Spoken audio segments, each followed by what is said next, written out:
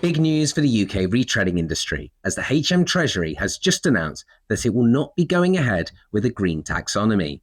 Today we'll unpack what that means and why it matters for green finance and Tyre retreading in the UK. On July the 15th, the HM Treasury responded to its Green Taxonomy consultation. Their conclusion? A Green Taxonomy would not be the most effective tool to deliver the green transition and should not be a part of the Sustainable Finance Network. For anyone unfamiliar, a Green Taxonomy is basically a government-approved rulebook that defines what counts as green investment. It's a big deal because it gives funding, policy, and industry recognition. Readers of Retreading Business will know that taxonomy, especially the EU version, has been a hot topic lately. Earlier this year, the European Commission confirmed to BiPAVA that Tyre retreading is indeed taxonomy compliant. That was a major step forward for our sector. If you missed our deep dive on that story, check out our taxonomy takedown video.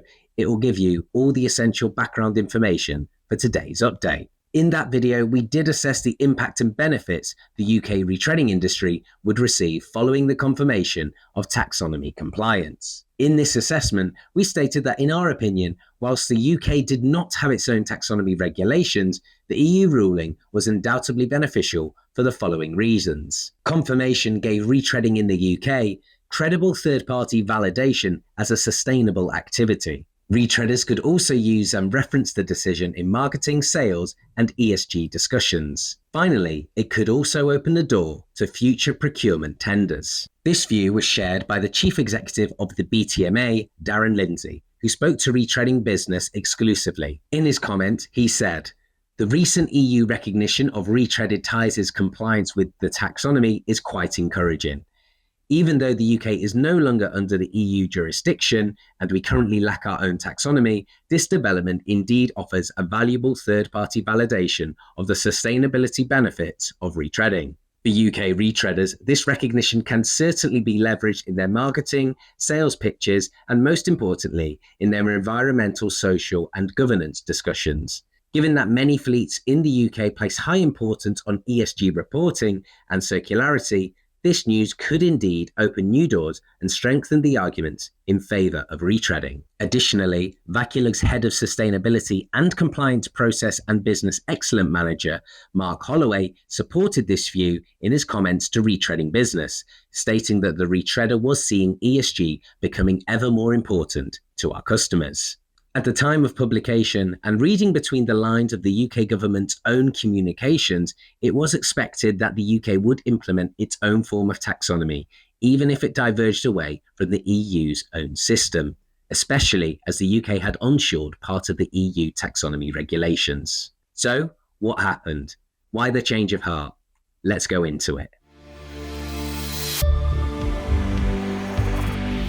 So, why has the UK opted to scrap its plans for a UK Green Taxonomy? As we have already mentioned, the UK government held a public consultation to gather views and help value the case to implement a Green Taxonomy as part of the UK's wider sustainable finance network. This consultation ran from November the 13th, 2024 to the 6th of February, 2025. The UK government's Green Taxonomy consultation brought mixed feedback.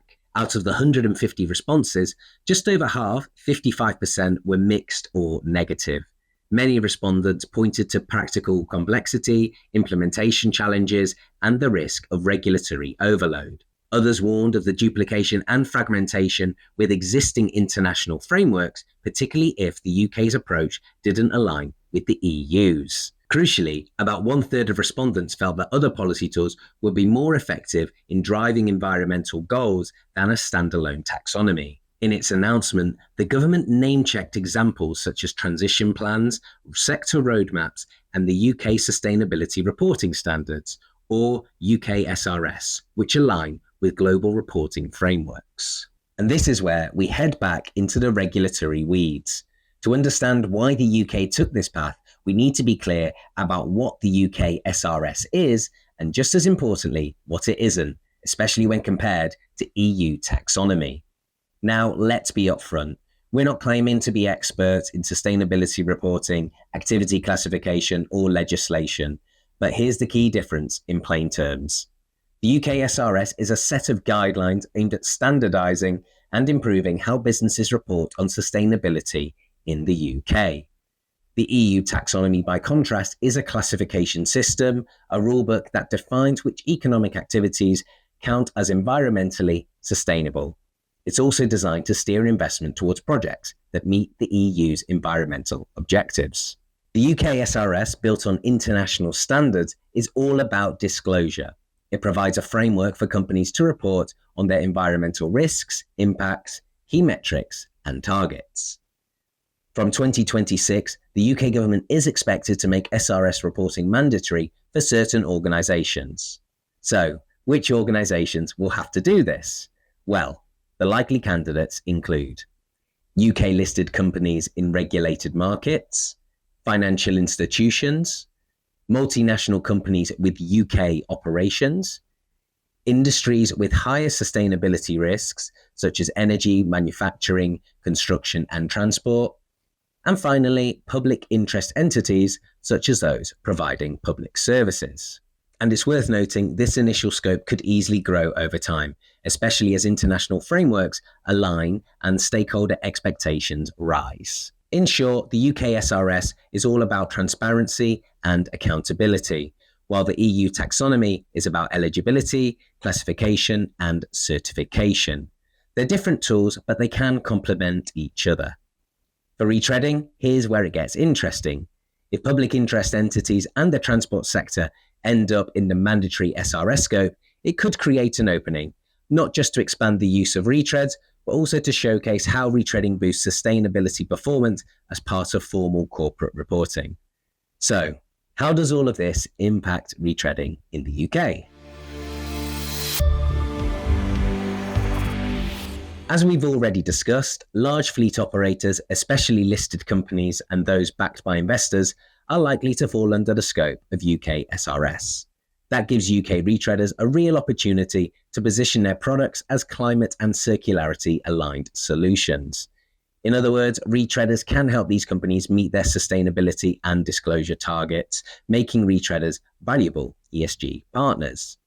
To do this, retreaders can offer fleet and public sector clients solid evidence-backed data such as emission savings, life cycle carbon comparisons with new tyres, and circularity benefits like rubber reuse and waste reduction. So how can retreaders get hold of this data, you might be asking?